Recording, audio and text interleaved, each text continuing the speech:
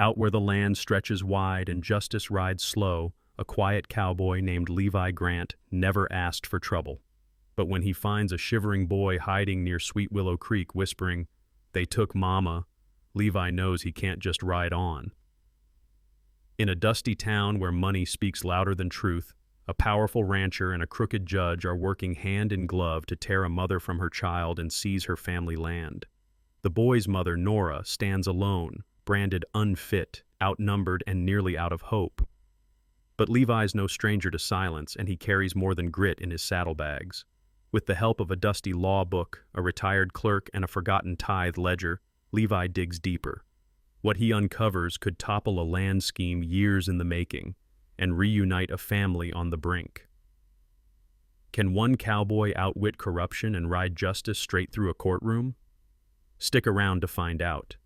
And if you believe second chances still matter, and that sometimes justice does wear spurs, go on and hit that subscribe button. Saddle up. This ride's just getting started. The morning sun had just begun to stretch over the wide plains of Sweet Willow when Levi Grant rode past the old cottonwoods down by the creek. His gelding, a sandy bay named Jasper, flicked his ears at something under the brush. Levi tugged the reins and narrowed his eyes. At first glance, it looked like nothing, just a lumpy tarp tucked awkwardly under a thicket of willow. But Jasper snorted again and pawed at the earth, and that was enough for Levi. He dismounted slow, quiet as a whisper, boots crunching over frost-hardened grass. He crouched and gently lifted the tarp's edge. A pair of frightened brown eyes blinked up at him. The boy couldn't have been more than 7, face streaked with mud, lips chapped, holding a broken tin can like a shield. His clothes were too thin for the chill, and his little knees were scraped raw. "Easy now," Levi said, voice low and calm. "Ain't here to harm you, son." The boy didn't speak, just watched, trembling, eyes darting toward the open field like a spooked foal. Levi held out a small strip of jerky from his saddlebag. "You hungry?" The boy snatched it, then hesitated. "They took Mama," he finally whispered, voice ragged. "Said she don't get to be Mama no more." Levi's chest went tight. "Who took her?" "Judge man and a man with a red hat." Levi's mouth drew into a hard line. Red hat. Jasper Tilton always wore one. Velvet, with a silver pin shaped like a steer head. Flashy. Wrong for a cattleman. "What's your name, son?" "Miles." "Well, Miles," Levi said, rising slowly, "how about we get you warm and find out where your mama is?" Miles didn't answer, but he didn't run either. 15 minutes later, Levi rode into Sweet Willow with Miles bundled in his coat and clinging to his back like a burr. The town was quiet, save for the hammering near the new courthouse porch and the distant clank of metal from the blacksmith shed. Levi headed straight to the sheriff's office, only to find the door locked and a hand-scrawled note pinned to the window. "Hearing in progress. Room 2A, Courthouse." Levi turned his horse and dismounted in front of the new courthouse. Slick whitewashed walls, polished railings, and fresh tile on the steps. It looked like it belonged in a place with less dust. Inside, voices echoed off high ceilings. Unfit to provide adequate shelter, unstable income, no legal proof of ownership. Levi stepped into room 2A. Nora stood at the center of the room, pale but steady, her hands clasped so tight her knuckles had gone white. She wore her Sunday dress, patched at the sleeves, and mud-streaked boots beneath it. Across from her sat Judge Rowe, peering over wire-rimmed glasses, and beside him, Jasper Tilton, hat in lap, smiling like a man who'd already bought the outcome. Miles saw her and gasped, wriggling off Levi's hip. "Mama?" Nora turned, her breath hitched. "Miles!" "Court is in session," barked Rowe, slamming the gavel. Levi stepped forward, hat in hand. "Beg pardon, Your Honor. Found this boy freezing under a tarp by the creek. Figured his mother might be worried." Judge Rowe squinted at Levi. "This is an official custody review. Your interruption is noted." Jasper leaned over with a thin smile. "You do ride into strange places, Levi." Levi ignored him, eyes on Nora. "You all right?" She gave the faintest nod, tears barely held back.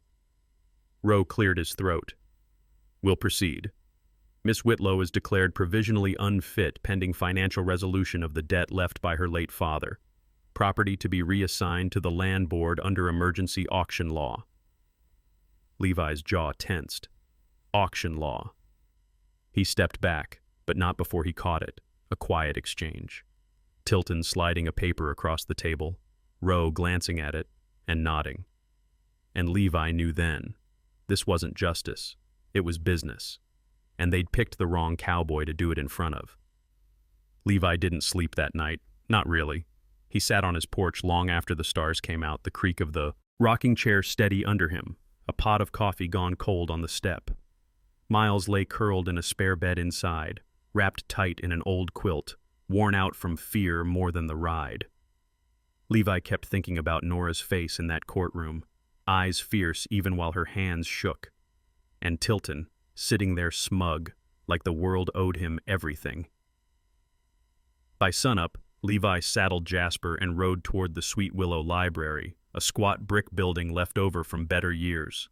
The only light came from the second window, where Clara Deeds, the town's lone librarian and former land clerk, already stood reshelving books. She looked up when he tapped on the glass.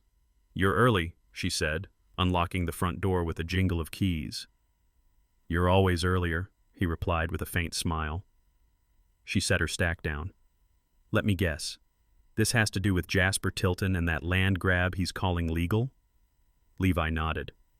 He showed Judge Rowe some debt papers on Nora's place. Says her pa died before paying what he owed, so the land defaults. Clara frowned. "I handled half those filings before I left the recorder's office. When did Tilton say her father died?" "March," Levi said, and he filed the claim 2 days later. She walked behind the counter and opened a battered filing drawer labeled Land and Probate Old. "They always think folks won't notice the fine print," she muttered. It took some digging, but she found the probate index. Flipping through carefully, she stopped and tapped a line. "Here, Nora's father, Emery Whitlow. But look at the stamp date on the foreclosure initiation." Levi squinted. "February. Right. Tilton filed for repossession before the county processed the default. And here, he used the old tax ledger copy as his backing, not the final record. That's not just shady. It's illegal." Levi leaned back. So he jumped the gun. "More like he lit the match before the fire was lit," Clara said. Levi rubbed his chin. "Nora's daddy once showed me a hand-drawn boundary map. Said it had something the official files didn't. I think he kept it in the old tack room. Could help prove she never forfeited." Clara nodded slowly. "If you can find that, I'll help you file a challenge. But be careful. Tilton's got his fingers in more pies than the bake sale board." Outside, the wind picked up, dust curling around the steps as Levi mounted up. He rode hard for the Whitlow homestead. The place was quiet, shutters nailed shut, the barn door swinging on one hinge. He tied Jasper and made his way to the tack room behind the stables. Dust hung in the air like old breath. Saddles lay stacked in the corner, and under the loft, crates of tools lay untouched. He scanned the rafters, then spotted something wedged between the beams, a rolled-up tube wrapped in oilcloth. Levi climbed up, careful not to creak the boards. He tugged it free and unrolled it on the saddle block. The map was hand-drawn, yellowed at the edges, but clear. It showed the Whitlow property stretching further than the current boundary lines, and most important, it marked a freshwater spring dead center, circled twice and labeled Family Use, 1874. Tilton wasn't just after land, he was after water. And in a dry country like theirs, that meant everything. As Levi packed the map, a quiet memory surfaced. Nora's father once laughing beside the creek, saying, "A spring's worth more than gold out here, long as no one finds a way to steal it." Levi tipped his hat down against the wind. "Well, Emery," he muttered, "they found a way, but I reckon we'll find a way back."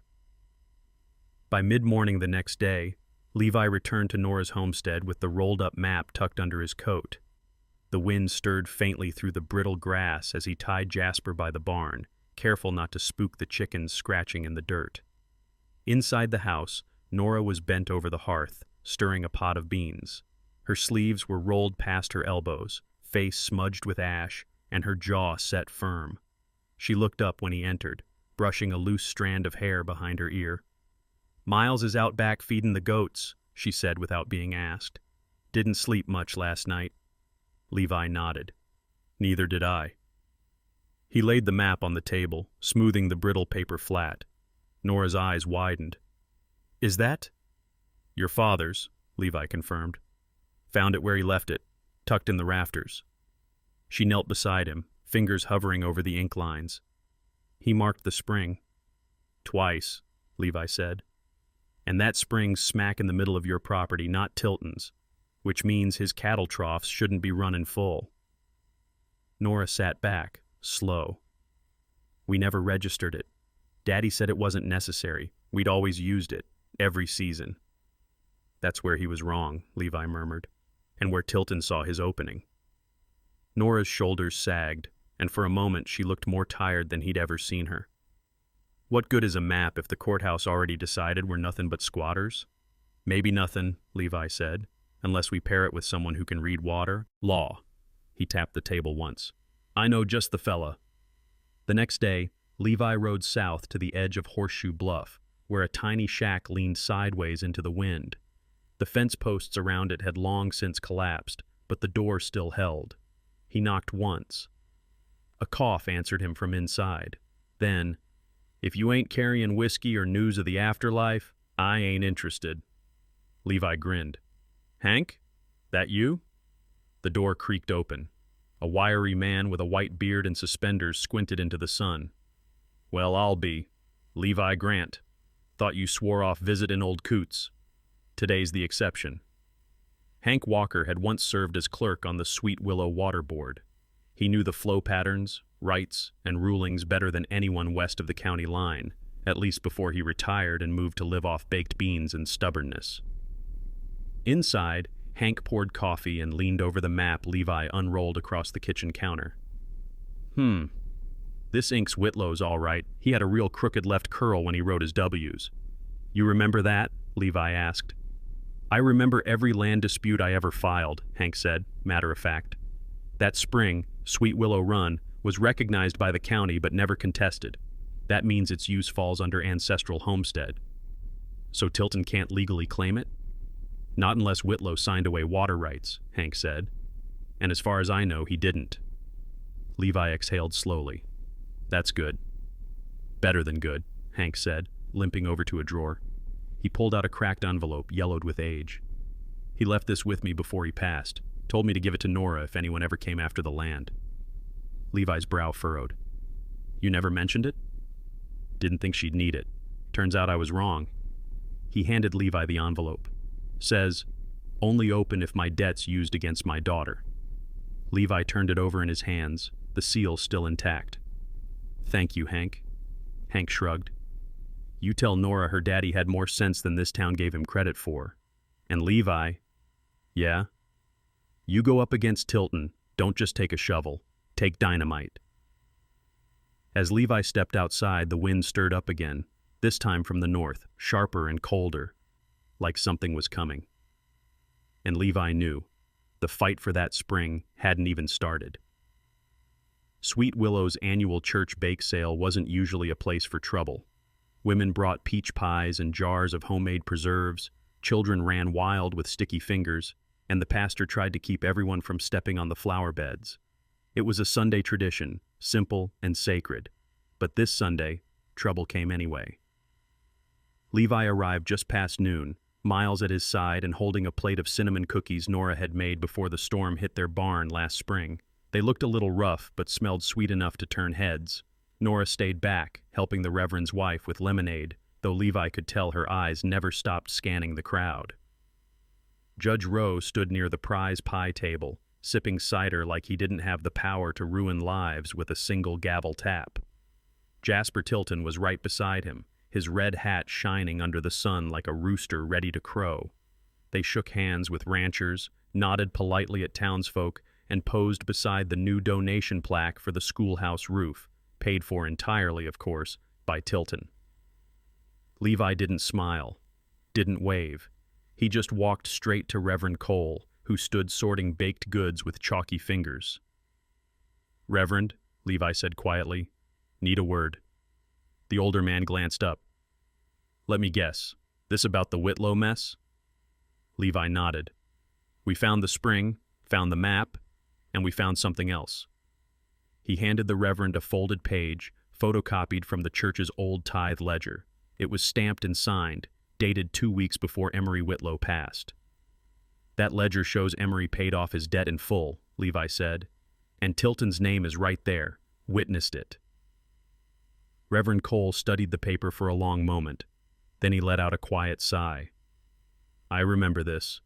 Emery came in that Sunday with his coat barely holding together, but he paid every cent. Said he didn't want to leave Nora a burden." The Reverend looked up at Levi. "You sure you want to bring this public? You'll be stirring a hornet's nest." "I ain't the one who lit the match," Levi said. Reverend Cole gave a nod. "Let's stir."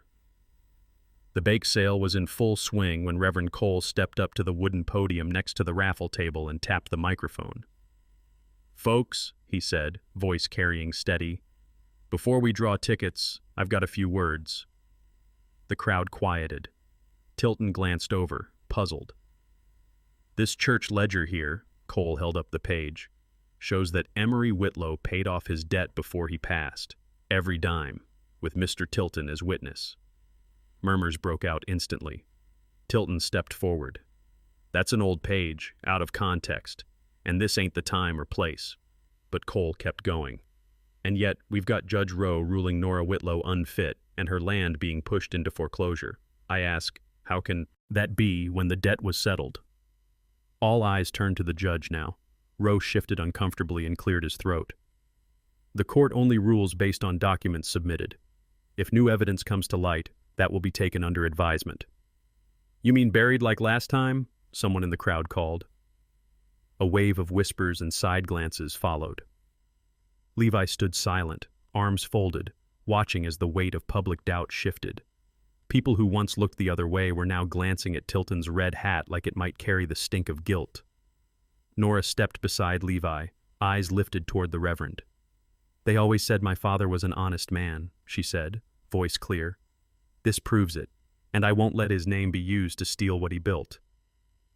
The crowd hushed. Tilton sneered but didn't speak. For once he had nothing polished to say. The tension lingered like smoke from a prairie fire. And Levi knew they'd struck the first blow where it hurt most. Not in court, but in public. The church bake sale stirred up more than dust. By Monday morning, whispers were growing into conversations, and conversations were turning into letters, some to the county board, some to the judge's office, and a few brave ones straight to the mayor. But Levi wasn't banking on whispers to hold up in court. At dawn, he and Nora stood outside the Sweet Willow courthouse, papers clutched tight in Nora's hands. Miles stayed with Clara at the library, safer that way. Nora had changed into her mother's old skirt and buttoned blouse, both pressed to near perfection. Her hands still trembled, but her spine didn't bend. "You ready?" Levi asked. She nodded, eyes on the courthouse steps. "I've been ready since the day they said my father died broke." Inside, they filed a formal water rights petition. Levi laid out the boundary map, Hank's water board statement, and the page from Reverend Cole's ledger. Nora submitted a handwritten letter declaring her heirship under Emery Whitlow's last will, which Clara had notarized that morning. The clerk behind the counter, a young man with wide eyes and a crooked tie, looked overwhelmed. I'll get this stamped and sent to Judge Rowe's office." "You do that," Levi said calmly, "and don't misplace it." Outside, the sun beat down hard, but there was a breeze now, cooler than before. Levi took it as a good sign. That night, the retaliation came. They heard the crash before they saw it. The windmill behind Nora's barn lay twisted like a broken toy. One of the goats was limping, spooked from the noise. The barn doors hung loose on their hinges. Inside, feed sacks had been torn open, and the trough was kicked over. "Stay back," Levi told Nora, shotgun in hand, but there was no one left to find. just muddy boot tracks leading out into the dry pasture. Then they heard it, cries from the calf pen. Miles was already running. "It's Belle!" he shouted, pointing. "She's stuck!" Belle was Nora's youngest calf, a brown speckled thing born during the first hard frost. She'd somehow gotten tangled in the fencing, legs kicking, head low. "I'll get her," Nora said, lifting her skirts. Levi blinked. "Wait." But she was already there, yanking at the posts, coaxing the animal loose. She grunted as she shoved her shoulder beneath Belle's flank, giving the calf just enough leverage to free herself. The calf stumbled, then nuzzled Nora's side, trembling. Levi ran to them and helped steady the fence. "You okay?" he asked. Nora panted but nodded. "I wasn't going to let her die scared. Not after all this." He looked at her, heart thudding for reasons that had nothing to do with danger. "You're something else, Nora Whitlow." She offered a faint smile. "Takes one to know one, cowboy." While they reset the barn doors, Miles found something in the dirt, a leather glove, half buried near the pen. He picked it up and brought it over. "This ain't ours," he said. Levi turned it over in his hands. Stamped into the leather cuff clear as day was a branded JT, Tilton's mark. Nora stared. "He came himself." Levi nodded grimly. "Or sent someone close enough to wear his gloves." Later, as Nora went to check the feed barrels, she found an old saddle blanket folded near the storage bin. She lifted it and something fell out, an envelope, crinkled and water-stained. Levi opened it carefully. Inside was a letter from Emery Whitlow. The handwriting was shaky but legible. "If anything ever happens to me, tell Nora to look behind the second beam in the root cellar. That's where I hid the deed."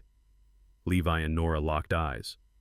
They ran together to the cellar, lifted the latch, and climbed down. Behind the second beam, tucked in an oilcloth pouch, was the original deed, signed, sealed, and dated 5 years before Tilton's so-called claim. "Pa knew," Nora whispered, voice cracking. "He always knew they'd come." Levi laid a hand on her shoulder. "Then it's time we show 'em we ain't letting them take it." The morning sun hadn't fully risen when Levi heard the hooves. He was tightening the last post on the new paddock gate when 2 deputies rode up, one young and nervous, the other stone-faced and older than the barn wall. "Levi Grant?" the older one asked. "That's me," Levi replied without standing. "You're under arrest for inciting land interference and disturbing county proceedings," the deputy recited. Levi glanced at Nora, who stood frozen in the doorway with Miles behind her. The boy gripped her skirt with both hands. "You boys really want to make this mistake?" Levi asked quietly. "We don't want nothing. We're just doing as ordered," the younger deputy muttered, avoiding eye contact. Levi held up his hands. "Fine, but I ain't riding behind you in cuffs like a common thief. I'll saddle up myself." They let him. At the Sweet Willow jailhouse, the cell door clanged shut behind Levi with more noise than necessary. The cot was barely wide enough for his shoulders, and the window had a spider's web in the corner so thick it looked like it paid rent. Levi sat and waited. He figured they'd hold him till Judge Rowe could find a way to bury the petition paperwork. Or Nora. A few hours passed before a voice spoke from the shadows of the next cell. "You the one sticking his neck out for the Whitlow girl?" Levi turned. The man looked rough, with a salt and pepper beard and a scar that disappeared under his collar. His eyes, though, sharp and watchful. "Depends who's asking. Name's Clyde Draper. Used to run cattle up near the county line." "Used to?" "Tilton happened." Levi leaned forward. "Go on." "Judge Rowe said I owed taxes I never saw notice for. Came with a foreclosure notice and a smile. Same week, Tilton's crew moved in like buzzards. My place, my cattle, my name, gone.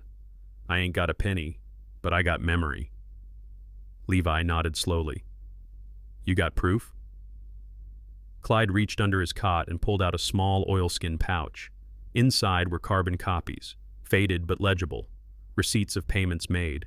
A few were signed by county clerks, and 2 bore Tilton's signature beside Rowe's. "They filed fake liens," Clyde said. "Used them to flip land before the real paperwork caught up. Why haven't you shown anyone? Who's going to listen to a man in a cell? But you, folks are watching you now. Levi leaned back against the wall, brain turning like gears in a windmill. I need to get these to Nora. She's got the original deed now, and the water map. We got Judge Rowe cornered. We just need more weight. Clyde snorted.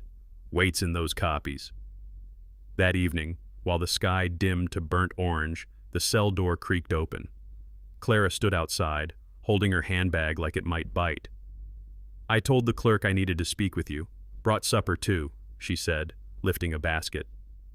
Levi stood, brushing dust off his shirt. Clara, tell Nora to bring everything. The deed, the map, Emery's letter, and come with Hank. We need statements filed. Tomorrow's the hearing. Clara hesitated. They say Judge Rowe might cancel it. Levi smiled grimly. Then we show up anyway and make it too loud to ignore. Before she left, Clara handed Levi a folded telegram. Came from the State Archive office, marked urgent. He opened it under the dim jail light. Inside, a single line read, Water rights registered in 1879 under Emery Whitlow. No surrender recorded. Levi's breath caught. They had it. They had all of it. When Clara turned to go, he said, Tell Nora. Tell her we're going to finish this, and that I'm damn proud of her. Clara's eyes softened. You'll tell her yourself tomorrow. And Levi, locked behind iron bars, felt freer than he had in weeks. Justice wasn't coming. It was already riding. The old courthouse bell tolled 7 times as the townsfolk filled every pew and creaking bench in the hearing chamber. Word had spread fast. Levi Grant, the quiet cowboy who barely spoke above a drawl, was bringing a case that might topple Jasper Tilton and the very judge who'd backed him. Levi stood at the defense table, dust still on his boots and shirt freshly pressed by Clara that morning. To his left, Nora clutched her father's letter in trembling hands. Miles sat between them, chin high, feet barely touching the floor. Judge Rowe took the bench, robe freshly pressed, face tight. This hearing concerns disputed property rights involving Nora Whitlow and recent filings by Jasper Tilton, he announced. Levi spoke first, voice clear. Your Honor, we've submitted a petition backed by sworn testimony, water board records, a notarized heirship declaration, and an original deed recovered from the Whitlow homestead. Rowe raised an eyebrow. We'll examine the validity of those shortly. But before he could shift the tone, Clara rose from her seat in the gallery. Permission to testify? She asked boldly. Rowe hesitated. You're not counsel. I'm a registered notary and former probate clerk. I filed those land debts 10 years ago, and I kept carbon copies. Rowe's mouth flattened. Very well. Clara stepped forward, unfolding papers with shaking hands. These show that Emery Whitlow settled his debts 2 weeks before he died. There was no legal forfeiture, and this entry, she held up a faded tithe ledger, shows payment was tithed to the church. Look who signed beside it. Rowe read aloud, J. Tilton. A ripple spread through the room. Then Hank took the stand. I served on the county water board for 15 years, he said, hat in hand. I confirm Emery Whitlow held rights to Sweet Willow Spring since 1879. No surrender or sale recorded. Tilton's water diversion is illegal. Levi nodded to Reverend Cole in the back pew, who rose slowly. Our church records confirm Nora's heirship. I baptized her myself. Her father's final tithe letter, written by hand, rests in this envelope. It names her sole inheritor. Rowe shifted in his seat, fingers tightening on the gavel. Finally, Nora stepped forward. My father always said the land remembers, she said, voice soft but steady. Even when people forget. I was called unfit, but I fought for my boy, and for what's right. She laid the letter on the bench. This is his voice, preserved in ink. He knew what they'd try. Rowe looked pale. Before he could speak, Miles stepped forward, one hand behind his back. And I got this, the boy said, stepping up to the bench. He placed a leather glove beside the gavel, clear as day, the brand JT stamped deep into the cuff. Gasps filled the room. Rowe opened his mouth, but Levi's voice cut through. That glove was dropped at Nora's barn the night her windmill was torn down. It ain't just land fraud, Judge. It's intimidation, theft, threats. The silence thickened. Rowe cleared his throat. These claims are serious. The court will need time to— The people don't, Reverend Cole interrupted gently. They see the truth already. The crowd murmured. Heads nodded. Judge Rowe looked out over a sea of expectant faces.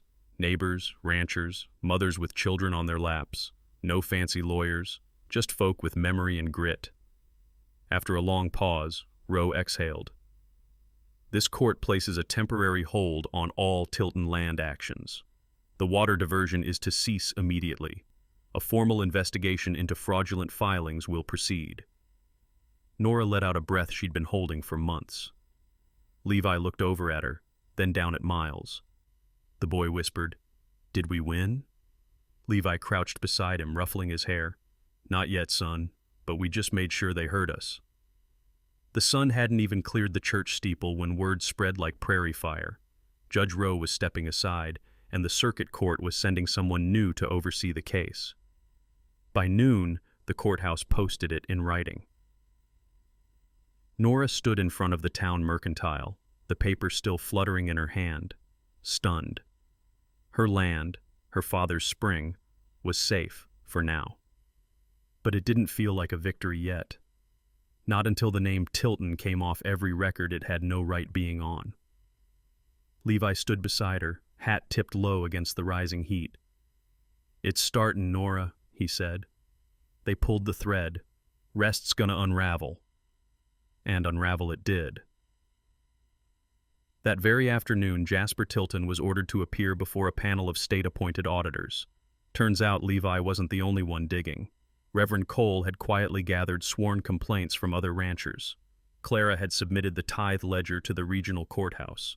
And Hank, with his decades of records, laid out a timeline that made it plain as day. Tilton had been shifting land titles through a maze of forged liens and accelerated defaults for years. The town was ready to believe it now. Folks who'd once bowed to the Tilton name now crossed the street to avoid it. Nora helped Hank organize the documents under the church's front awning, where a folding table had become their makeshift legal desk. Levi watched from the steps, arms crossed, as ranchers lined up, grizzled men in dusty boots, quiet women who'd long been told, "Best not stir things." "Funny," Hank muttered. "All it took was one cowboy who didn't know when to walk away." Levi grinned. Or maybe just one boy brave enough to speak with his whole heart. That night, the mayor held a town gathering. Lanterns hung from fence posts. Pies lined the tables. A fiddle player tuned his strings beneath the elm tree. It was part celebration, part reckoning. Mayor Ellis stepped onto a hay bale and cleared his throat. "As y'all have heard, Judge Rowe has been suspended pending inquiry. Jasper Tilton has been removed from the county land board. His actions didn't just affect one family, they bent the law and bruised our trust." He paused, looking toward Levi and Nora. "But some folks, well, they reminded us that justice don't always wear a robe. Sometimes it wears boots and dust, and comes with a boy who says pa like it means something." A soft hush settled across the gathering. The mayor turned to Levi. "Mr. Grant, I'd like to offer you a position as deputy marshal. This town could use someone who listens before he acts, and stands up when others sit down." Levi shifted on his heel, eyes flicking to Nora, then Miles, who was helping a younger child reach a slice of cherry. "I appreciate that, Mayor," he said slowly, "but I reckon my place is out there, on the land, helping folks one fence line at a time." Applause rippled through the crowd. As folks returned to music and food, Clara pulled Levi aside. "You ever think about turning this church hall into something more permanent?" she asked. He blinked. "Like what?" "A place where folks can come get help with land records, heirship petitions, legal aid. I'd run it. You'd be the steady voice in the back, making sure no one walks out cheated." Levi looked around. The lanterns, the children, the quiet buzz of people feeling safe for the first time in a long while. He nodded. "Call it the Sweet Willow Ledger," he said. Clara smiled. "Has a nice ring to it." And from the porch steps, Nora watched them both, one hand resting on her heart, the other on Miles's shoulder, knowing justice had come not in noise or thunder, but in truth spoken clearly, one word at a time. The morning sun crept over Sweet Willow like a blessing. The old spring gurgled clear again, water bubbling from the rocks just as Nora remembered from childhood. Birds called from the cottonwoods. A warm wind carried the scent of mesquite and new timber, fresh hope nailed into fence posts. Levi tightened the last length of barbed wire and stepped back. He wiped the sweat from his brow with his sleeve and looked down the line of cedar posts they'd raised together. "Straight as a preacher's promise," he said. Miles stood beside him, hammer in hand, dusty and proud. "We did it, huh?" Levi crouched beside him. "We surely did." The new fence ran the length of the restored boundary, marked now by law, not lies. Clara had helped file the updated title with the county registrar just that week. The land belonged to Nora again, by blood, by name, and by right. Nora came walking up from the spring with 2 tin cups, her blue scarf trailing behind her like a banner. She handed one to Levi, who took a sip and nodded. "Colder than a banker's handshake," he said. "Just the way it ought to be." She smiled softly. "We couldn't have done this without you." Levi looked away for a beat, then back at her. "You'd have found a way, Nora. All I did was help carry the load a stretch." Behind them, the new sign stood firm in the red earth. Welling Grant Ranch, Est, 1869. Reclaimed, 1891. The lettering wasn't fancy, but it didn't need to be. It was the kind of truth you didn't have to dress up. Neighbors had stopped by all week, bringing boards, nails, jars of jam, even an old milk cow someone said had been itchin' to work. No one called it charity.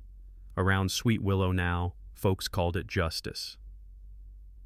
Reverend Cole brought over a Bible for the new house. Clara started a weekly land clinic in the church basement. Hank filed for 2 more families who'd been cheated by Tilton's schemes, and the mayor funded the legal aid office with fees reclaimed from Tilton's seized properties. The ripple was turning into a tide.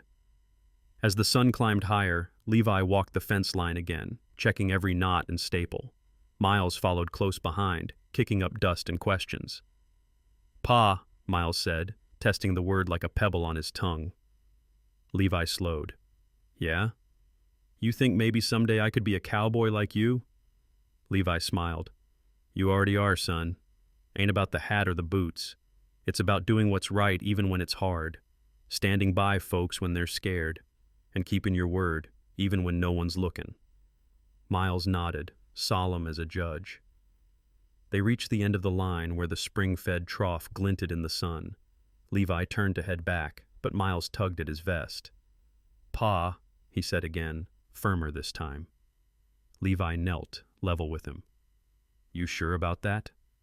Miles's eyes were steady. "I've been sure a long time." Nora stood back by the house, her hand to her mouth, tears shining but unfallen. Levi pulled the boy into a hug, strong and quiet. "All right then," he whispered. "Pa it is."